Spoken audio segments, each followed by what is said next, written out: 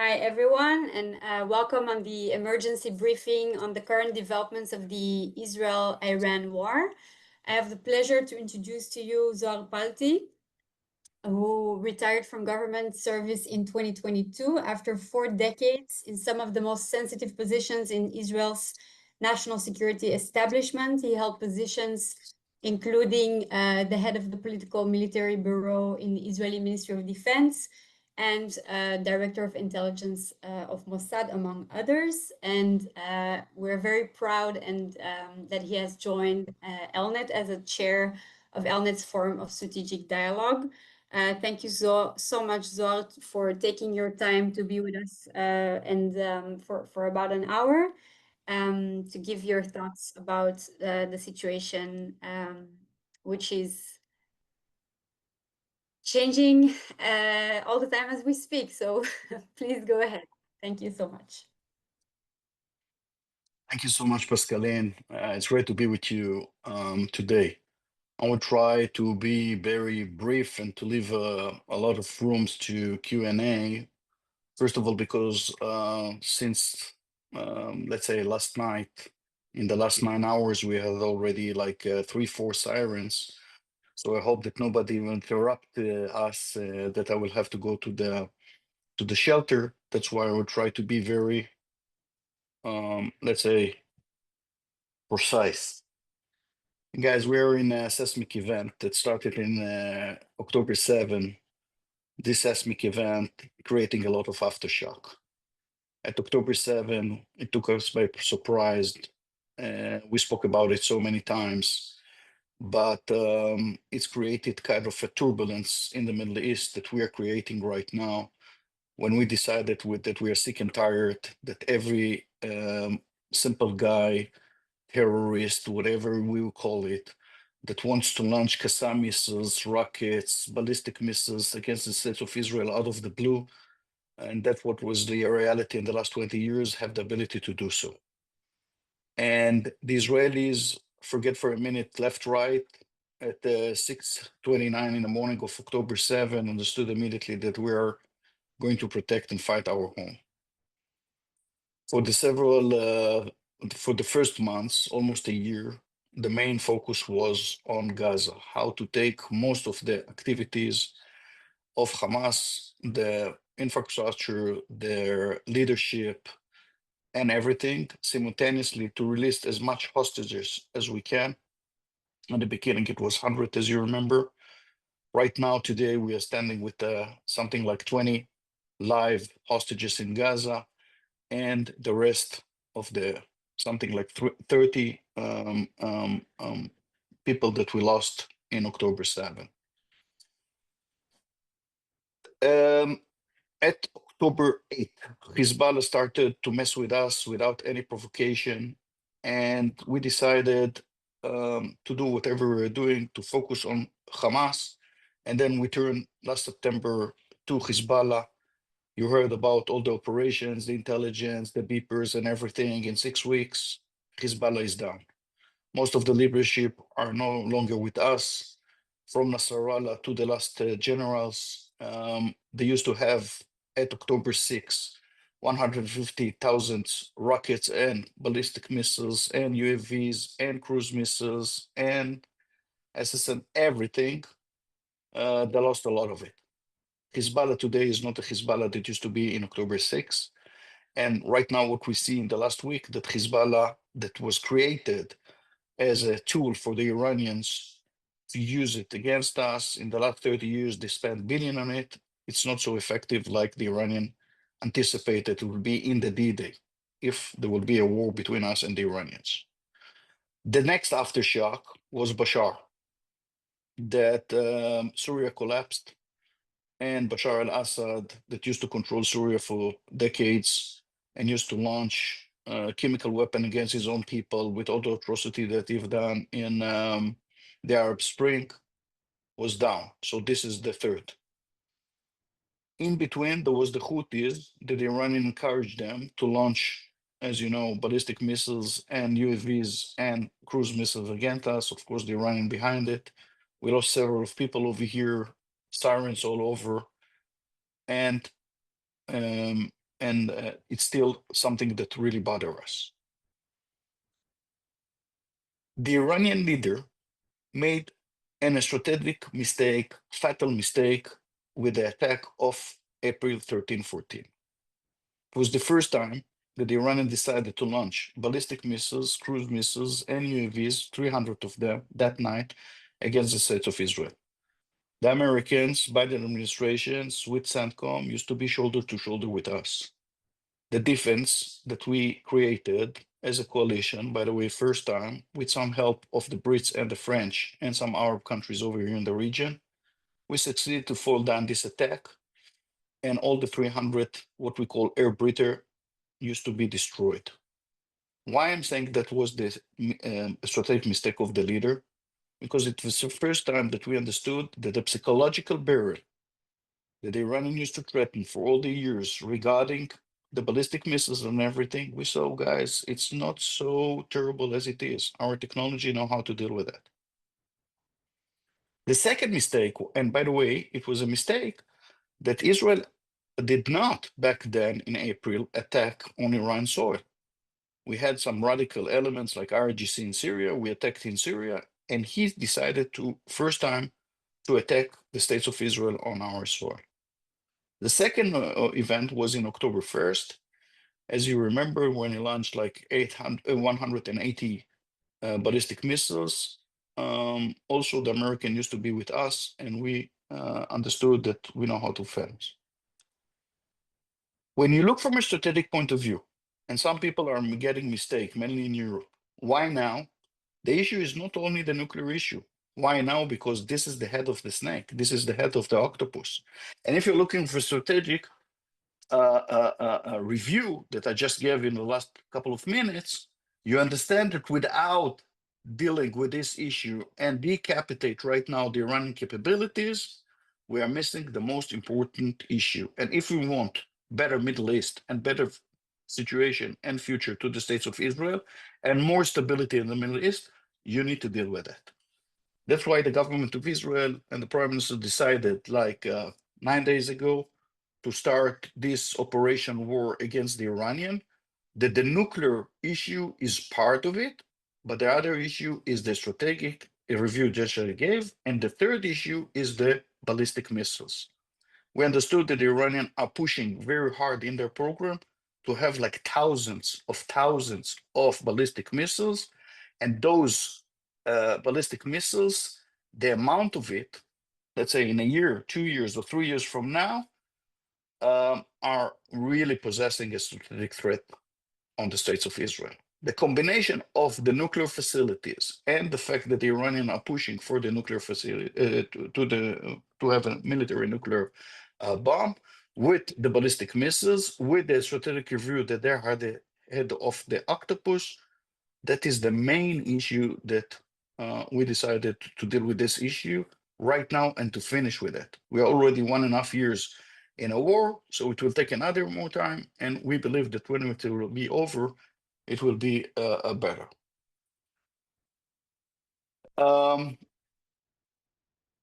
What's going on right now between us and the Iranians? Now, the other milestone after we started was day before yesterday when the American decided to join. If I will try to be not, too much overwhelming, it is a defining moment. It's the first time that the American are attacking on Iranian soil ever. The American never attack on Iranian soil. And the fact that the American are using B2 in such a massive way, first time ever, and the fact that the American decided, guys, Iran is not going to be a nuclear country. And all the presidents since Clinton used to say it, whether they are Democrats or Republicans. And President Trump decided that this is a strategic opportunity for the American as well. And of course, like always, the Americans are such a great friends of us, and they've been shoulder to shoulder on us and throw the bombs on 4 main sites. And as you know, it's Fordo, Natanz, and Isfahan, and another one. But this is not from a strategic point of view, most of the nuclear facilities of the Iranian the fact that we have done the work in the last 8 days, plus the Americans, we have right now, we are on injunction. The other issue that I want to emphasize is the fact that we are overwhelming in a way from the performance of our intelligence and the Air Force. Our Air Force, based on accurate intelligence, and we told the Europeans, I told them, like, in the last 2 decades, guys, we know how to do the job. So many people used to be skeptical whether we have the ability to do it alone or not. In 36, 48 hours, we dominate the airspace of Iran completely. We know how to fly dozens of aircraft and raids above all Iran soil, mainly on Tehran, without any interference. The technology superiority of the Americans' aircraft, our missiles, our, let's say, electronic warfare, and things like that, you can compare it to nothing else. And the fact that we can do whatever we want right now above Iran, this is a really, really good advantage if needed to the future. Going back to the crossword, I'm saying right now after 9 days, and over here it's crucial. And thank you for so much for joining this Zoom and brief. I think that Europe, mainly the E3, Germany, France, and Great Britain, have the opportunity to join the Americans, and we can close this issue today, tomorrow, day after tomorrow. It's a matter of hours, days. Two options over here. The fact that 50%, meaning the Americans and us, are willing to do it, doesn't mean that the other 50%, the Iranians, are willing to do it as well. And that's why I'm emphasizing the crucial position of the European over here to try to de-escalate and to end this war. And I think it's tangible. We can do it. Now, two options over here, whether the Iranian leader are willing or whether the Iranian leader are not. What is the strategic calculation that he has? On one hand, on the balance, on the scale, the stability of the regime. Always, it used to be the first priority of the Iranians since the revolution in 1981. This leader took the decision in 2003 to freeze back then the nuclear program because he was afraid that Americans are going after him when the American went to Iraq. So he took a decision in the past. The other option that he is going to continue and to try to do a war for partition with us. So we'll change the target. Instead of nuclear targets and ballistic missiles and RGC and bad guys, we know how to go also to try to take the regime down. Whether we succeed or not, I have my own doubts regarding, but maybe we are not going to have another options. Although it's not the priority of these missions that we gave to the IDF, we might come there. That's why I'm saying that it's crucial because we have an exit junction just now. We're taking a lot of ballistic missiles over here. As you know, our defense systems are know how to deal with most of it. These ballistic missiles are completely different from Qassam missiles, from the ballistic missiles that the Iranian used to have. They're using a huge ballistic missiles with the amount of C4s between 1.5 to 2 tons. Really nasty one with tiny bombs inside of them. They are launching against crowded population area like Tel Aviv, like Jerusalem, like Rehovot, like Nestiona. They are not in a pinpoint issues like us that we are going only about military targets and nuclear targets. They are trying to kill as much Israeli as they can. And that's a reason that for the time being, there are some politicians over here that are pushing and trying to say that maybe we should extend the range of the targets that we're taking in Iran. For the time being, we're not. And I believe that we will stick for that in the next few days, but it depends how many casualties we'll have. For the time being, we lost already 25 civilians. Over here, a couple of hundreds of injured people in the states of Israel. It's terrible, but we anticipated much more, let's say, casualties. We are a bit surprised for the good side regarding the performance that we are having right now. I spoke about the stability of the regime, and I spoke about opportunities.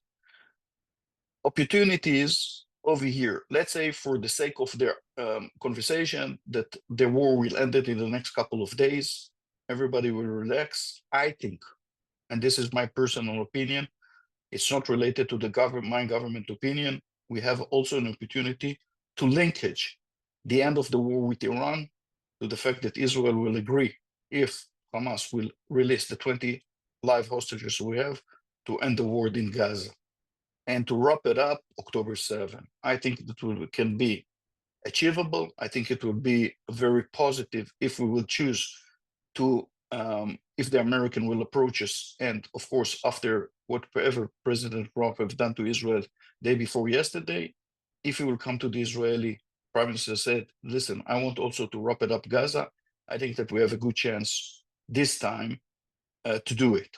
Why? Because the political barriers there used to be till like 10 days ago when you started the campaign with Iran are less heavy like it used to be at the past. Right now, after this campaign, maybe the political calculation of this government, and I'm not a political guy, so don't take my word regarding the political issues in Israel as an expert. I'm not, but it seems to me that there is also opportunity over here. After it, we can do a lot of stuff. How to restore Gaza, West Bank, Saudis, Indonesian, so many other issues. It's too soon to speak about it, but no doubt when you look about the strategic picture in the Middle East, without Hamas, without Hezbollah, without Syria of Bashar, and with very weak Iran after this campaign, maybe we have a chance to some better situation. I think I speak a lot. Let's open the floor to questions. Let's indeed. I see hands up from. I'm sorry, it's very hard to pronounce your name. I'll say your last name, Scala, Mr. Scala. Yeah, thank you. Thank you very much. Yeah, thank you very much. I'm Mashur Ruscoli. I'm a member of the Danish Parliament. I was in Israel last year with ELNET, a very, very interesting trip we had there. I'm participating in the daily debate on a daily basis about the Middle East and Israel's role in the Middle East. So thank you very much for the information. What people are scared of in Denmark is that where is this going to end? People are talking about Afghanistan. It never ended, and when it ended, it was in a catastrophic way. They're talking about Iraq. It is seen by many in Europe as a big strategical mistake. Obama did not dare to intervene in the war in Syria, even if he put red lines. Assad crossed the red lines because he didn't dare to do it, because he was afraid of the whole thing going up in flames. And this is the questions people ask in Scandinavia, where I'm from.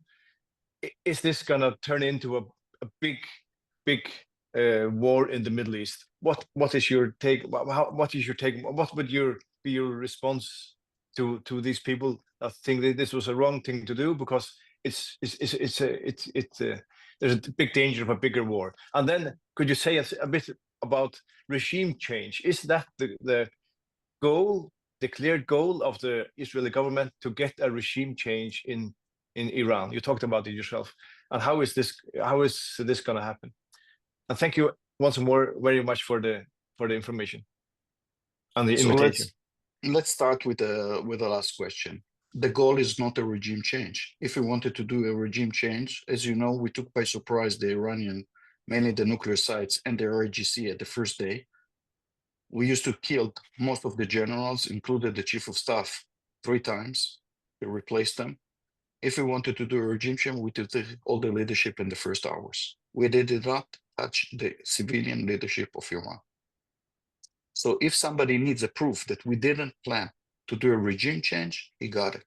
Because the ability, the intelligence was there. We decided not to do it.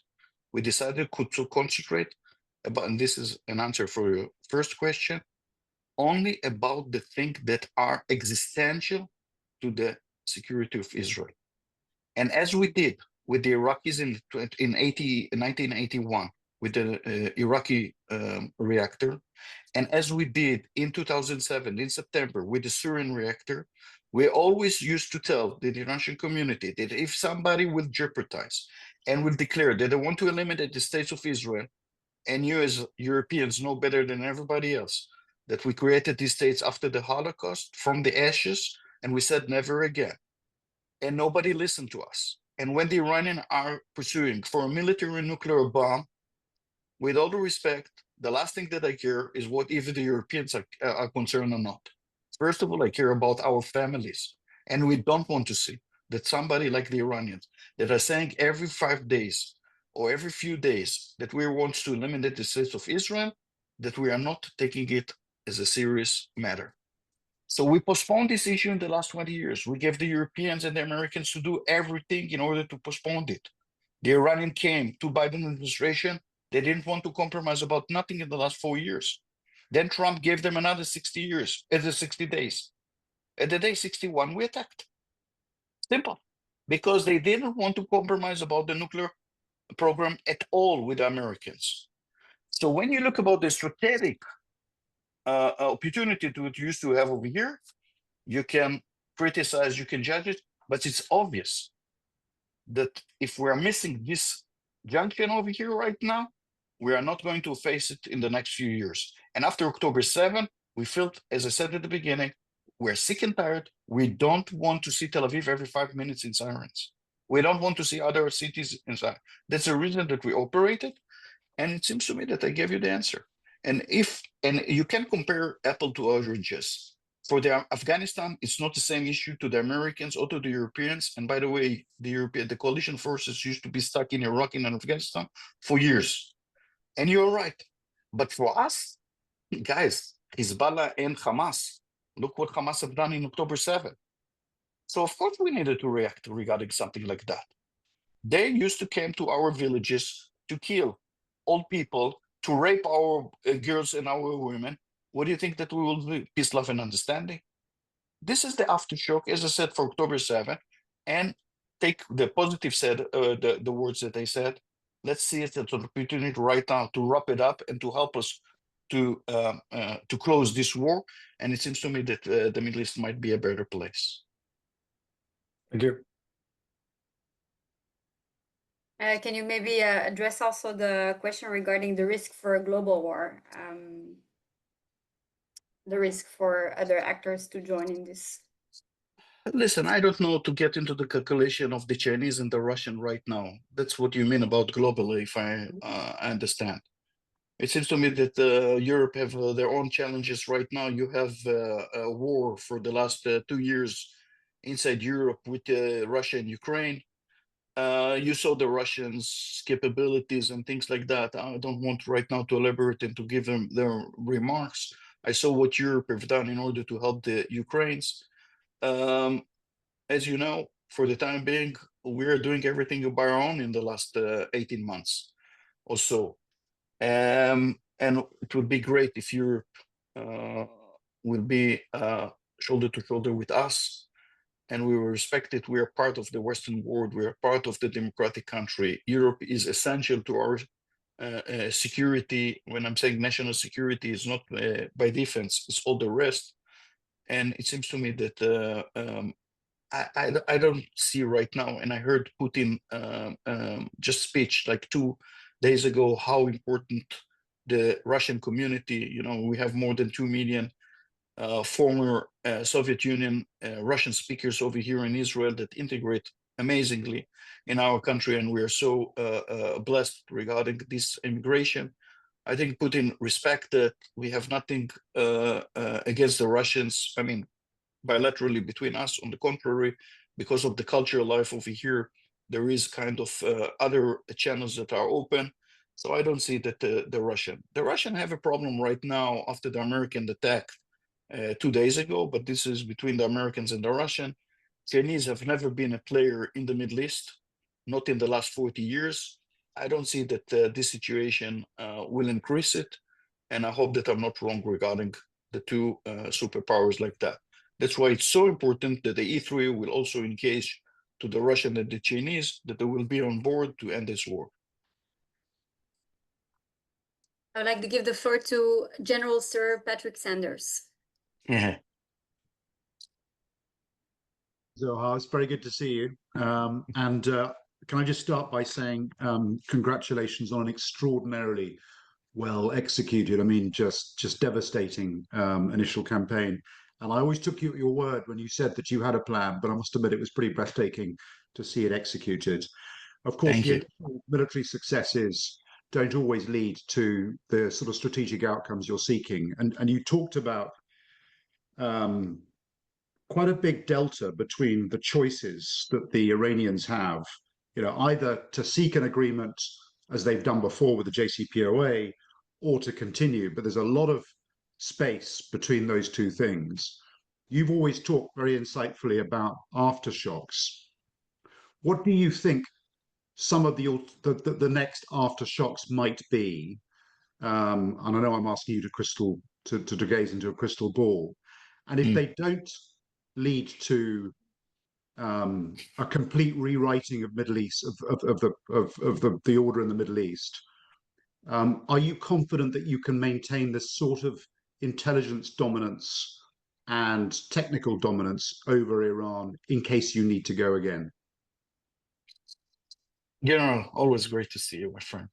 Thank you for the question and the compliments. And I'm not emphasizing the compliments of the Mossad or the IDF because we're right now in the middle of the storm. So I don't think that this is the time for me, and no doubt that whatever we have done, and you know how to appreciate that in the first 48 hours, something like that, and later on with the Americans, it's really extraordinary. It's a milestone in the military warfare. But we'll get into it after the war. Going back to the last sentence that you said, and again, forgive me, I'm a bit bragging over here. I think that from intelligence and technological point of view, the answer is yes. We will remain dominant in this issue. First of all, because you are good friends. And right now I saw that you have a new leadership in MI6, and we are really, really encouraging to see women over there. I hope that we will duplicate the idea over here in my organization. It's really inspiring. And yeah, with your help, with the agency and some other good friends in Europe, it seems to me that we can maintain the dominance of the intelligence. Regarding technology, guys, no doubts. No doubts. Whatever we have right now in the Silicon Valley, Herzliya Pituach, AI, where the Americans are investing right now, the fact that President Trump and the American are pushing the Europeans right now to extend the defense budget to 3% or 5% or whatever, we are much better. We are much better. We saw it in Ukraine. We saw it right in Syria. We saw it and right now in the last war, and mainly in Iran. We paralyzed in the attack of October 24 in a couple of hours all the air defense of the Iranians. And they used to have some good systems that you know and familiar very well. I don't want to say like that, but it was like that.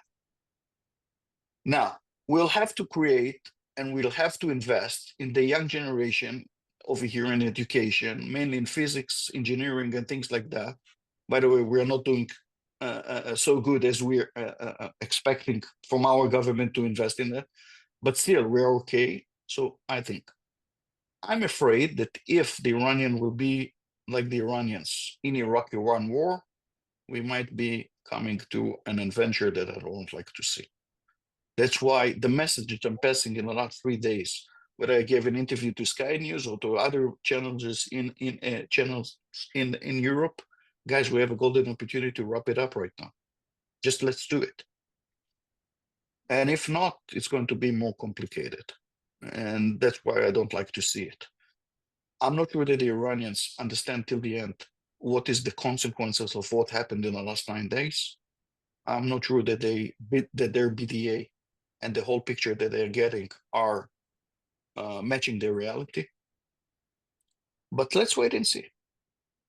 Anyway, in a way, I'm optimistic, not optimistic, I'm positive right now, but we still need to wrap it up. If we're not going to wrap it up in the next few days, it might be complicated. The aftershocks? When I'm looking about the bad guys right now, okay, most of it we took down. The only aftershock that I can see, I can give a scenario of gloomy scenarios right now. From the Strait of Hormuz, the US Brits have much more experience than us from previous events that used to be, mining, energy side, so many other issues. We might come to that. Whether it's strategic, I'm not so sure. From non-state entities, meaning bad guys, Hamas is like, it's not the same. Hezbollah is not the same. Syria is not the same. Syria, we took down all the Syrian army, all the remain of the Syrian army. Our force took it a couple of months ago, like in 3 or 4 days. They have like nothing. And Jordan is much more safe right now because of it. I think counterterrorism issues, that will be challenged, but you know, we used to face this challenge in the last 40 years, 50 years, all the good guys, all the West, as I call it, after September 11 and things like that. So I'm not dismissing it, I'm not diminishing it, but it's something that we know how to deal with, whether it's on European soil or whether it's in the Middle East. Iran right now is not the same entity that it used to be like 9 days ago. Unless there will be spillover to other areas that I'm not so expert to them, and I don't see it so much, like India, Pakistan, like China, something, I don't know. I don't see aftershock, big aftershock. I can see positive aftershock.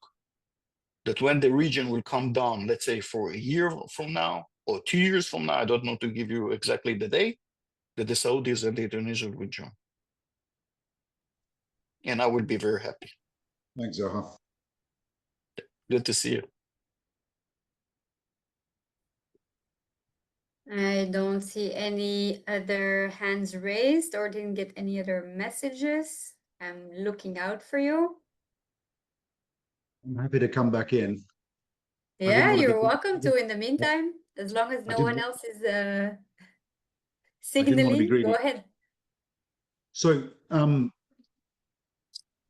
if you can achieve this this outcome of settling Iran and at the same time settling Gaza and the West Bank, it's going to require a different political attitude to Palestinian statehood, which I know is not something that is widely supported in Israel publicly or politically at the moment. But in a sense, Bibi has now strengthened his hand politically. He arguably might be less reliant on some of the more right-wing elements of his government. Can you see a future in which you can achieve the Abraham Accords and a reconciliation across the region, which of course depends on some form or a route to Palestinian statehood, on the other side of where we are now? So you know me, the last thing that I know how to be is to PC, and I will give you a straight answer regarding this issue, because I'm not coming from the political echelon, only security wants. And as a security guy that used to see what happened over here in the last 18 months, no way for two-state solution in the next decade. Not because I'm against it. To restore the trust between us and the Palestinians after October 7, it will take at least a decade. And why I'm saying it? I'm saying it because my experience after the second Intifada, with all the suicide attacks that used to be, we postponed the process with the Palestinians for a long time, because the level of emotions that used to be over here is after October 7. This is not something that if President Macron is doing a summit right now to two-state solution, somebody will do with it something. So maybe it's good for statesmen and for something like that, but practically, it's not going to happen. After saying that, let's look about the PA. The PA in the last decades is completely paralyzed. Speak with the USCC, the general that is leading all the security training, the Palestinian security services. His deputy usually used to be Brits. They don't know how to recruit people right now to do it. They don't know how to control Jenin right now. So let's say that the Israeli fault is 60%. You know something, 70%. 30% is the Palestinians. They're not there. We need to restore everything. We need to bring, not we, it's the Israelis. I mean, mainly the Palestinians with the help of the international community. to bring new generation, to train them. They don't want to join the security services right now. They have the ability right now to take responsibility about Gaza. Nothing. So when people are saying, so from political point of view, okay, I understand everything. From statements, I understand. Practically, to do it actually on the ground, it's a hallucination. It's not going to happen. We need investments. We need building institutions. We need reforms in the Palestinian Authority that might bring, this is my personal opinion, this is our interest of two-state solution. But if you're coming, there is no budget, there is no money, there is no plan, there is nothing. So I don't see it happen. We have a lot of work to create something new, and we need a new set of terminology. And it's not Oslo anymore, it's something else. And the Palestinians have to decide whether Gaza is part of the two-state solution or not. In the last 15 years since the disengagement, we didn't have even one settlement in Gaza, not IDF in Gaza, and still the Palestinians didn't take responsibility. Hamas used to control everything over there. So let's wait and see. I'm not so sure when we are going over here. Frankly, I'm telling you, we need to do like a brainstorming of really serious people, not in the governments, and to try to look for something that this wagon would go out of the mud, because it's stuck in the mud right now, and how to elevate it. And to think with a new creative, not with the terminology that we used to have since 94. 94 was a long time ago. The reality right now is completely different. It's a completely different ballgame, and we need to treat it as a completely. So I don't see it happen. We need the help of the Gulf states to restore Gaza the day after, to help the Palestinian Authority, and not only the Qataris. Right now, who is leading most of the effort is the Emiratis, and it's great, but it's not enough. They need more than that. And who is the quarterback? But we're speaking about opportunities. Look what Israel have done with Lebanon. We have outstanding opportunity in Lebanon right now. Who is the quarterback that is dealing right now how to elevate Lebanon? Nobody. Not the Americans, not the French, not the Germans, not the Saudis. Nobody is taking responsibility how to kick Hezbollah out of the parliament right now, and to diminish their power, and to bring, I believe that we can bring also Lebanon to the Abraham Accords. We, Israel, we should give them energy. Like in a minute, we know how to give electricity to them. But we need to see that the general on, meaning the prime minister, want to do it. And if not directly, through whatever. But nobody is taking right now the lead for that. Syria, the same. Who's the quarterback for Syria right now? We have a beautiful opportunity. I'm afraid that we, the good guys, the international community, are going to miss so many opportunities that were created after the last 1.5, devastating 1.5 year. But there is also a great opportunities over here. I'd like to give the floor to Ambassador Thomas Winkler, Danish ambassador in Israel. Well, thank you very much, and thank you very much, sir, for interesting presentation. I'm at present north of Tel Aviv after my residence in the Da Vinci Tower had to be evacuated. Sorry for that. Yeah, so am I.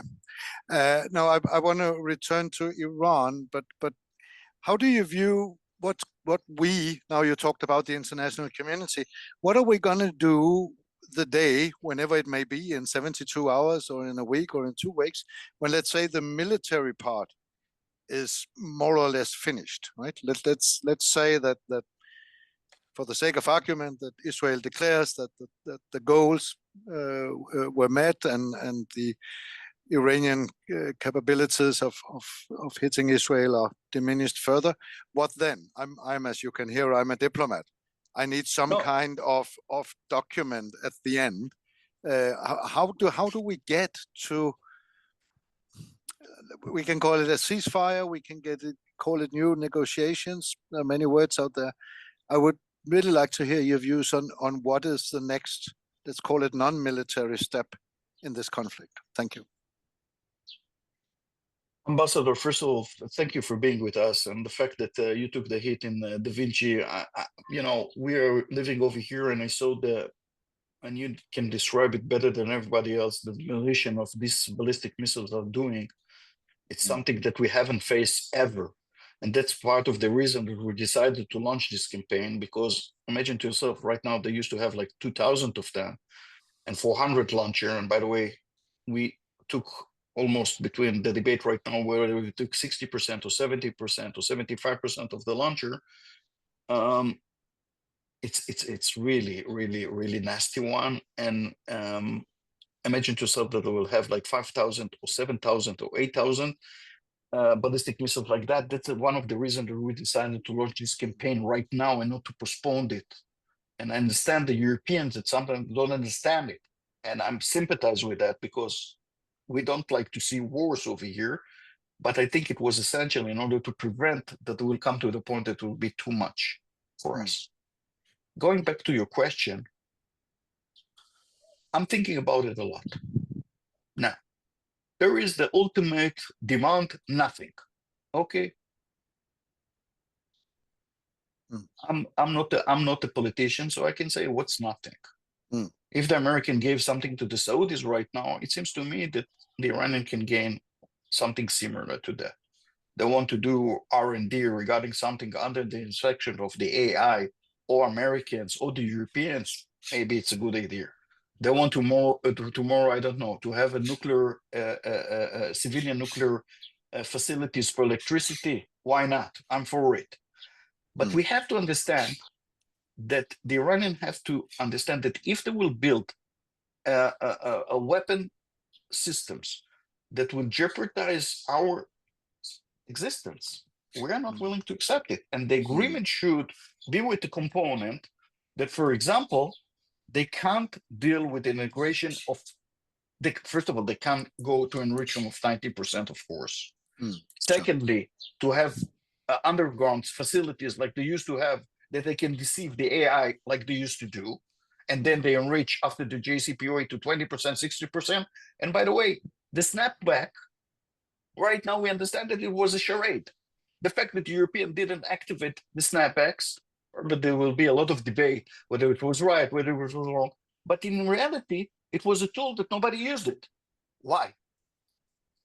So we need something tangible to see that if the Iranian will go back to the track of the nuclear, the military nuclear bomb, that the international community will have more effective tools. The other ones, I think, and again, the American used to deal Cuba in a different way.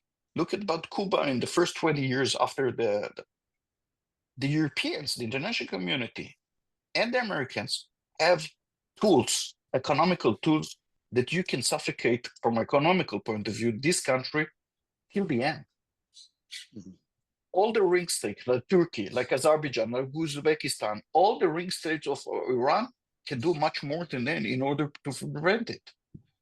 Now, the issue is that I don't want that the Iranian will suffer. On the contrary, I'm not ruling it out that if the mullahs are not going to control Iran, we used to be an ally of the Iranians. The Israelis don't have nothing against the Iranians. We used to have a minister of defense and a chief of staff from Iran that used to born in Iran. The Iranian and us are going like that in the history. This regime have to be stopped with all these. By the way, if we're going to ICBM, I haven't spoken about it with General Sanders. ICBMs, the Iranian program of ICBMs regarding Europe and regarding America, in 3 to 8 years, there is a debate in the intelligence community in Europe, was already there. Imagine to yourself that the Iranian will have a nuclear bomb with the ICBMs regarding America. Oh, this is a completely different world. So maybe the war that we see right now, in a way, was the last moment before it should be. I think that regarding your question, there is a lot of components also to give the Iranians some incentives. If the Iranians are willing to compromise about these issues, just open up their economy. As President Trump used to say, make Iran great again. We are not against it. On the contrary, the only thing that we don't want to see, that they're using proxies to kill us like in the last 20 years. We don't want to see Hamas, Houthis, Hezbollah that are jeopardizing Tel Aviv every 5 minutes. And you know better than everybody how the life used to be over here. It's unbearable. It's simple. Thank you, sir. I would like to give the floor now to Colonel Benoit de la Ruelle. Please go ahead. Yes, thank you, Zohar. Thank you very much for I your can hear you. presentations. First of all, congratulations to the Mossad and the Khail Havir for the operation. Can you hear me? Now it's No. better. Can you hear me now? Now, yeah, now yes. Okay. Thank you, sir. Thank you, Zohar, very much for your presentations. Congratulations to the Mossad and the Khail Havir. I have two questions. As you mentioned, the IDF and Israel is still in the middle of the storm, but you achieved a lot. And I would say you are on the road to something like 1967. But after 1967 came 1973. So what would be the new 1973? This is my first question. Second question, there were a lot of interpretations or misinterpretations in the Israeli media regarding the position of the US and President Trump regarding the current possibility of joining an operations against Iran. So do you think that the action that the US did some days ago, is it something short term and related only to President Trump, who wanted some revenge from what happened to the American embassy in Iran, the American casualties in Iraq, and so on? Or is it something long term we would have seen you? The first one is a very good question. Based on our DNA, the Israelis, sometimes we are becoming cocky after something like that. And we should remember 73. And if we're going to be very self-confident and not a bit humble, and to remember October 7, how we blew it, we might come to a point that we'll have another 73.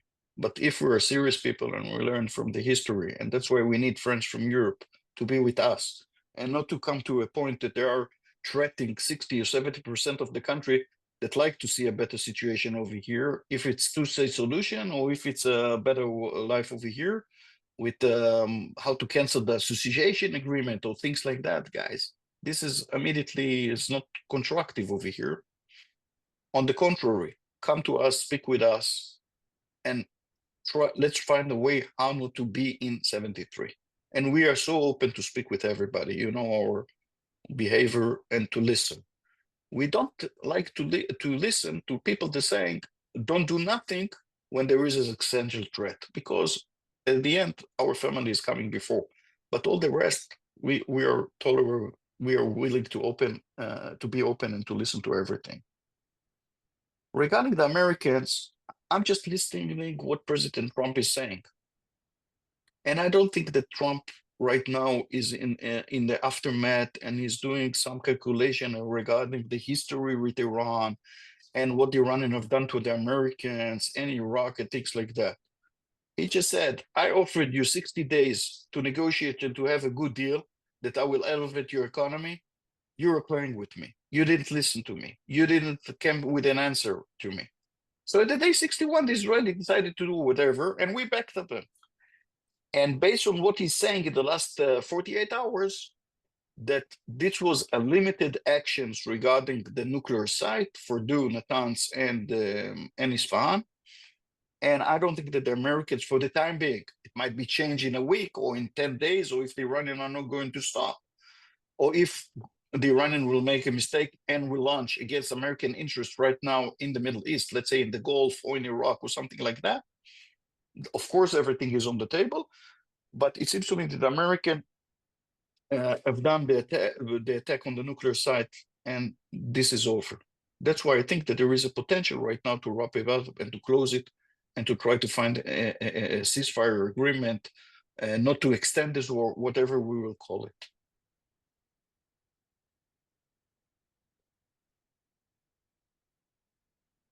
Okay, we have time for about 1 or 2 more questions. So if anyone still has a question, please raise your hand or write in the chat.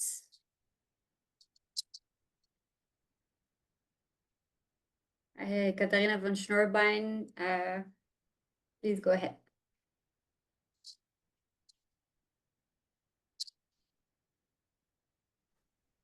Okay, hi. Just a question, and thanks for this comprehensive overview. But how do you think you will get Hamas out of Gaza? How will this actually happen? Because I mean, I fully agree on the principle, but you know, in order to have the ceasefire, in order to have the hostages back, how will it happen? That's a tough one because our prime minister having a very decisive point of view regarding that he don't want to compromise right now, meaning, and by the way, I respect it. I'm not criticizing it. It's not that I'm offering something more intelligent than him. And I don't see, by the way, no one in the world that have more intelligence solution right now. One thing I don't want to see, I don't want that we will take Gaza right now for the next 2 generation, 3 generation, like we used to be in the past. And I don't want to see another settlements in Gaza. And I don't want to see that our kids, meaning they're not, you know, for, as a parents, where it's kids, but they are grown up. Our soldiers that will stuck in Gaza right now, because no doubt that it's not going to be constructive. How you bridge between the fact that we need our 20 people back home and the dead people that there are still hostages in Gaza, to the fact that the leadership of Hamas is going out. By the way, there is a situation like that used to be in 80, as you remember, in 84, 85, when all the leadership of Fatah used to leave Beirut and go out after the first Lebanon war. So it's not going to be something, you know, that we haven't done in the past. If the Qataris or the Egyptians have the ability, let's say, to take the leadership of Hamas out of Gaza tomorrow morning, and I'm not speaking about every simple warrior terrorist of Hamas, of the 1,000 that they have over there, but I'm speaking about, let's say, 20, 30. I'm not in the numbers right now. I'll just give you an example, that they will pass and will go out to some of, I don't know, one country in the world. That might be a solution. And I think that the burden over here is on the Egyptian and to Qatari to create kind of a mechanism. This is one example. The other one, that we will be there for another, I don't know, a year or two or something like that. And slowly we will do it. Whether I like to see it, no. But whether it's an option, yes. And we will adopt some of the methodology that the Americans used to do in Iraq with the Brits. And they used to have some, till now we haven't adopted all of it, how to treat the civilians in one way and how to evacuate several neighbors over there. Again, it's challenging, it's tough, but whether it's an option, yes, it's an option. I'm not sure it's above. The third one, that we will be stuck in Gaza and we'll do the same issue that we've done in the past or what we are doing in the last 1.5 years. But for the time being, I don't see a magic, solution that right now I can live with it. As long as they are not willing to release our hostages, it's not going to be over. And as long as probably that we are not going to stop this war and to go out, probably they're not going to do it. So in a way, it's not, you don't know how to solve this equation. The last thing I'm saying, again, for Gaza, I don't see right now all the skin of the Qataris or the Egyptians in the game. Sadly, I'm saying it. And they have the ability to do much more than that. You, the Europeans and the Americans, don't have exactly the leverage that they have. America can be superpower, but without the leverage. Europe can be very, very important, but they don't have the leverage. You've got the leverage on the Qataris and the Egyptians. And if you ask me, you can do more than that in order to push them, in order to carry on a solution. And I gave like 3 options. Maybe it's bad ones. They will create the fourth one. I'm not picky one. We need to close it. And I think that we have a chance to do it. The public opinion in Israel, at least 60% of it, wants to get it over. That's why sometimes I don't understand the approach in Europe, because I'm so much for Europe. It's counterproductive because immediately you're losing the support of a guy like me. by what? By adding sanctions on people 63%. You need to find a solution, a different one, because I understand the approach, but it's not helpful to do it. And I'm not in the preaching issue and not in the criticism. I just describe it as Israelis, because somehow a lot of us are thinking like the European approach, but we don't know how to solve it right now. Thank you very much. You're most welcome. Thank you so much, Zohar. We have 5 minutes left. If anyone has a final question, we have the time for you. Don't be shy. This is the time. And yes, Serge Krankenblom, please, from France. From Israel. French-Israeli, sorry. Zohar, thank you very much. What is your view on Turkey? Because they speak a lot and they speak very loud for the time being. With all the balls that we have in the air right now, I can live with people that only talk. I don't want to see that they will flip to another issue. And again, over here, Serge, I'm pitching back to you as a guy that used to live a lot in Europe most of his life. Turkey is part of NATO. In a way, although the EU didn't adopt Turkey and understand why, the connection between Europe and Turkey this is the most important connection that the Turks have. How many leverage the Europeans have regarding Turkey? And Turkey, sadly, I'm saying it because Turkey used to be an ally of us till like 20 years ago, before the AKP came into power. It's an issue that Europe have to deal with it. No, not related to Israel. It's so many issues. I'm sure, I don't know if there is Germans right now over here and there. That's what they like, what they saw in Köln a couple of years ago. They like to see how the Turks stirring in the elections in some people, in some communities regarding Turkey is a big issue for Europe. So Israel can solve all the problems of the free world right now, although we are doing quite a good job regarding the Middle East. It seems to me that Turkey should stay in Europe under the Europeans' influence. You have so many leverage regarding economy, mainly economy. And it seems to me, eventually he will understand that he has to be more balanced. He could be outstanding mediator between the European side, that we are part of it, meaning the democracies, and the Eastern side. Sadly, because of he's not doing it, we are losing a very important superpower that could be much better and good things, and he's not doing it. Thank you. Thank you so much, Zohar, for this really interesting discussion. Thank you so much for everyone to join.